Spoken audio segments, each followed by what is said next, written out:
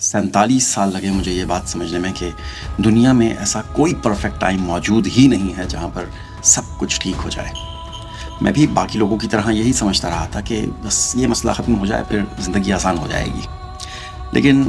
ہر بار نہ میرے ساتھ یہی ہوا کہ ایک مسئلہ ختم ہوا تو پھر دوسرا سامنے کھڑا ہوتا ہے۔ جب پیسے نہیں تھے تو لگتا تھا کہ پیسے آ جائیں بس سب ٹھیک ہو جائے گا،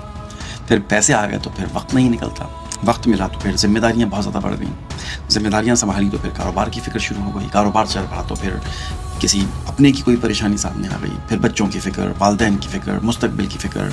پھر یہ بڑھتی ہوئی عمر، سفید بال، صحت کی فکر۔ میں نے غور کیا کہ انسان کی زندگی میں مسئلے ختم نہیں ہوتے ہیں، صرف ان کے نام بدل دیے جاتے ہیں۔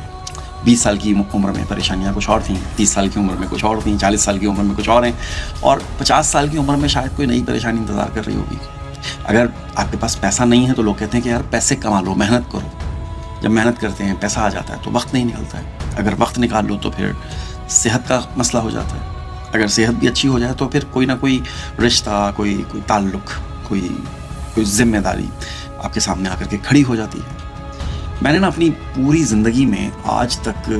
کسی بھی انسان کو نہیں دیکھا جس کے پاس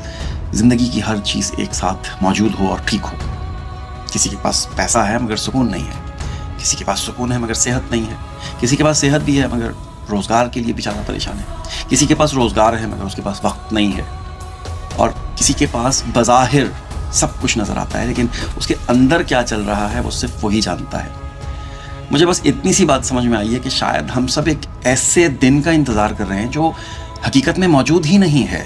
ایگزسٹ ہی نہیں کرتا ہے۔ وہ دن جب ہر مسئلہ ختم ہو جائے، ہر کام مکمل ہو جائے، ہر فکر ختم ہو جائے۔ شاید وہ صرف ہمارا یہ جو ذہن ہے نا، اس کا بنایا ہوا ایک تصور ہے، حقیقت سے اس کا کوئی تعلق نہیں ہے۔ وفا کے موڑ پہ بچھڑے تو ہم سفر نہ ملے،